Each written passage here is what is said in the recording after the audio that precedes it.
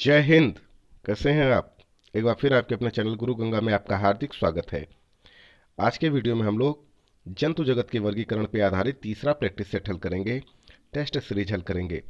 आप जानते हैं यह इंपॉर्टेंट टॉपिक है। इससे संबंधित प्रश्न TET, super TET, TGT, PGT, UGC NET, UPSC, UPPSC, UP triple SC, BPSC, RRB और इस तरीके की बहुत सारी प्रतियोगी परीक्षाओं में पूछे जाते हैं। तो चलिए देखते हैं आज की इंपॉर्टेंट कक्षा। पहला प्रश्न कहता है, भारत में पाई जाने वाली सबसे बड़ी मछली है?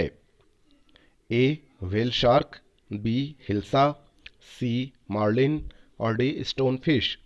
आपको बताना है कि भारत में पाई जाने वाली सबसे बड़ी मछली कौन सी है। तो बिल्कुल सही जानते हैं आप, व्हेल शार्क है ना।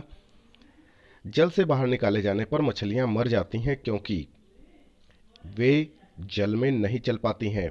बी कहता है उनका शारीरिक ताप बढ़ जाता है। सी कहता है वे श्वास नहीं ले पाती हैं और डी कहता है उन्हें ऑक्सीजन अधिक मात्रा में प्राप्त होती है।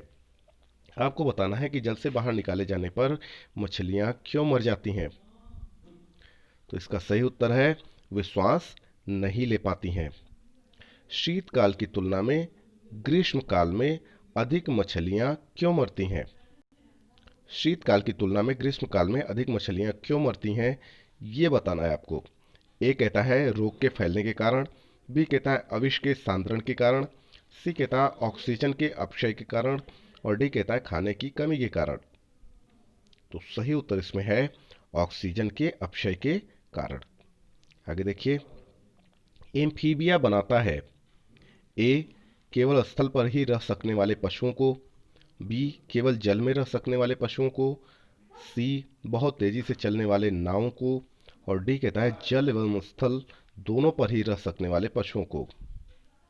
तो एम्फीबिया किसे बनाता है? तो इसका सही उत्तर है डी, जल एवं स्थल दोनों पर ही रह सकने वाले पशुओं को। आगे देखते हैं, केवल नर मेढक टरटराते हैं क्योंकि ये कहता है मादा मेढक में वाक कोश नहीं होते हैं, इसलिए केवल नर मेढक ही टरटराते हैं, उनमें वाक कोश होते हैं। बी कहता है मादा मेढक में सुविकसित वाक कोश होते हैं किंतु वाक रज्जु इसमें नहीं होते हैं। सी कहता है नर मेढक अपनी ध्वनि को सुविकसित वाक कोशों की सहायता से आवर्धित कर सकते हैं। डी कहता है नर मेढकों में वाक रज्जुओं के 3 युग्म होते हैं, अतः ये 3 गुणी ध्वनि उत्पन्न कर सकते हैं। आपको बताना है इनमें सही उत्तर क्या है। तो जो सही उत्तर है वह है मादा मेढक में वाक कोश नहीं होते हैं, इसीलिए केवल नर मेढक टरटराते हैं क्योंकि उनमें वाक कोश होते हैं। आगे देखिए, मेढक का लार्वा क्या कहलाता है? इसका उत्तर आप जानते हैं। ए कहता है कैटरपिलर, बी कहता है मेगोट, सी कहता है प्यूपा, डी कहता है टैडपोल। तो मेढक का लार्वा कहलाता है टैडपोल। आगे देखिए, मेढक के हृदय में कितने कक्ष होते हैं? ए 2, बी कहता है 3, सी कहता है 5 और डी कहता है 6 कक्ष होते हैं। आपको बताना है मेढक के हृदय में कितने कक्ष होते हैं। 3 होते हैं, बिल्कुल ठीक उत्तर है आपका। नर मेढक मादा मेढक की तुलना में ऊंची आवाज लगाता है क्योंकि ए कहता है वाक कोष्ठ के कारण, बी कहता है बड़े ध्वनि बॉक्स के कारण, सी कहता है बड़े आकार के कारण, डी कहता है इनमें से कोई नहीं। आपको बताना है कि नर मेढक मादा मेढक की तुलना में ऊंची आवाज क्यों लगाता है। वाक कोष्ठ के कारण, बिल्कुल सही उत्तर है आपका। आगे देखें, शीत रक्तीय प्राणी है? ए छिपकली, बी मेढक, सी मछली, डी उपर्युक्त सभी। इनमें से शीत रक्तीय प्राणी कौन सा है? जी हाँ, उपर्युक्त सभी मतलब छिपकली, मेढक, मछली, ये तीनों शीत रक्तीय प्राणी हैं।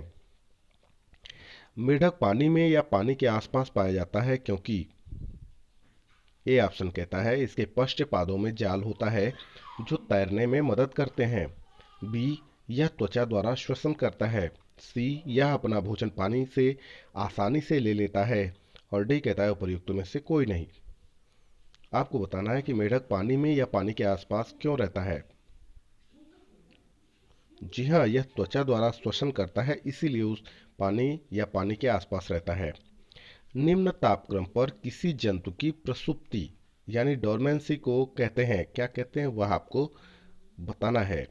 ए कहता है एस्टिवेशन, बी म्यूटेशन, सी हाइबरनेशन, डी रीजनरेशन। आपको ये बताना है कि निम्न तापक्रम पर किसी जंतु की प्रसुप्ति को क्या कहते हैं, या इसे कहते हैं हाइबरनेशन। क्या कहते हैं? हाइबरनेशन। आगे देखिए, उच्च तापक्रम पर किसी जंतु की प्रसुप्ति को कहते हैं, उच्च तापक्रम पर किसी जंतु की प्रसुप्ति को क्या कहते हैं। ए हाइबरनेशन, बी म्यूटेशन, सी रीजनरेशन और डी एस्टिवेशन। जी बिल्कुल ठीक उत्तर है, एस्टिवेशन कहते हैं। नृशंस प्राणी कौन सा है। ए ऑटर, बी व्हेल, सी पेंगुइन और डी कछुआ। तो इसमें नृशंस प्राणी है कछुआ। क्या है? कछुआ। आगे देखिए, निम्न में से किसमें अश्रु ग्रंथि यानी टीयर ग्लैंड नहीं होती है। ए बैल, बी कुत्ता, सी मनुष्य और डी घड़ियाल। आप सही उत्तर समझ चुके होंगे, घड़ियाली आंसू की बात कर रहे हैं, है ना। घड़ियाल, घड़ियाल में अश्रु ग्रंथि नहीं होती, टीयर ग्लैंड नहीं होती है। विषैले सर्पों में विष ग्रंथियां किससे परिवर्तित होती हैं। ए पीयूष ग्रंथि से, बी यकृत ग्रंथि से, सी लार ग्रंथि से और डी कहता है उपर्युक्त सभी से। आपको बताना है कि विषैले सर्पों में विष ग्रंथियां किससे परिवर्तित होती हैं। लार ग्रंथि से परिवर्तित होती हैं, बिल्कुल सही उत्तर है। सबसे विषैला सर्प कौन सा है। आपको बताना है कि सबसे विषैला सर्प कौन सा है। ए कहता है पाइथन, बी कहता है मूष सर्प, सी कहता है करैत और डी कहता है वृक्षीय सर्प। तो इसका सही उत्तर है करैत, ये सबसे विषैला सर्प होता है। निम्नलिखित में से कौन एक विषैला सर्प नहीं है। ए वाइपर, बी पाइथन, सी समुद्री सर्प और डी करैत। इनमें से कौन सा ऐसा है जो विषैला सर्प नहीं होता है। पाइथन, जी बिल्कुल पाइथन, पाइथन विषैला सर्प नहीं है। अगला प्रश्न कहता है घोंसला बनाने वाला एकमात्र सांप है। A krait, B king cobra, C chain viper और डी कहता है सा स्केल्ड वाइपर। आप जानते हैं किंग कोबरा एकमात्र सांप है जो घोंसला बना कर रहता है ना। घोंसला बनाने वाला एकमात्र सांप कौन सा है। किंग कोबरा, बहुत इंपॉर्टेंट है, कई बार पूछा गया है। डायनासोर निम्नलिखित में से क्या है। ए कहता है एक कोशिकीय जंतु है, बी कहता है लुप्त सरीसृप है, सी कहता है जीवाश्म पक्षी है और डी कहता है प्राचीन जिम्नोस्पर्मी पादप है।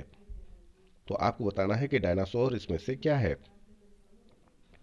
जी हाँ, लुप्त सरीसृप है।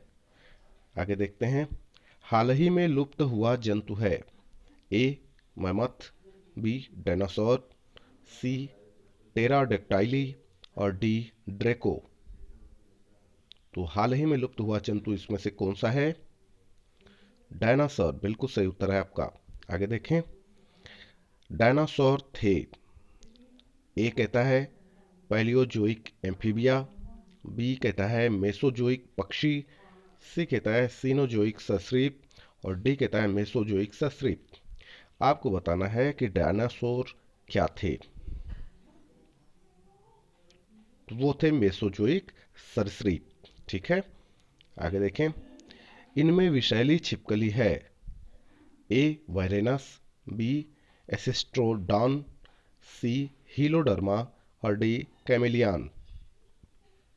तो इसमें विषैली छिपकली कौन सी है। हीलोडर्मा, जी बिल्कुल सही है। इनमें उड़न छिपकली है। ए ड्रेको, बी कहता है हीलोडर्मा, सी कहता है गैको और डी कहता है ऑफ्योसॉरस। इनमें उड़न छिपकली कौन सी है। ड्रेको, ड्रेको क्या है, उड़न छिपकली है, ठीक ना।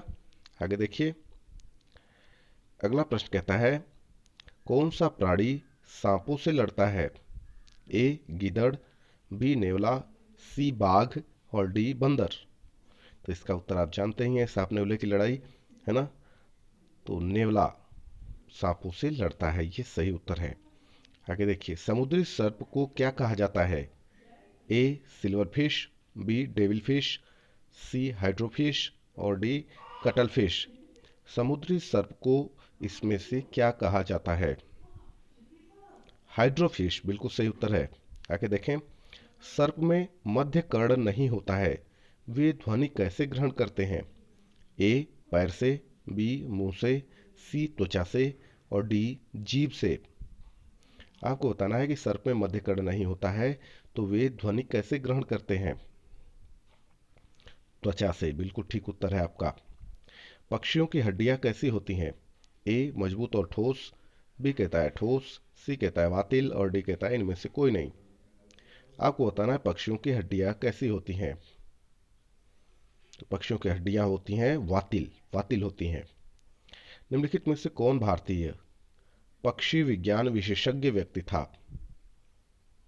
ए कहता है doctor Salim Ali, B option कहता है doctor M S Swaminathan, C doctor Hargovind Khurana और डॉक्टर जेसी बोस, मतलब जगदीश चंद्र बसु या बोस।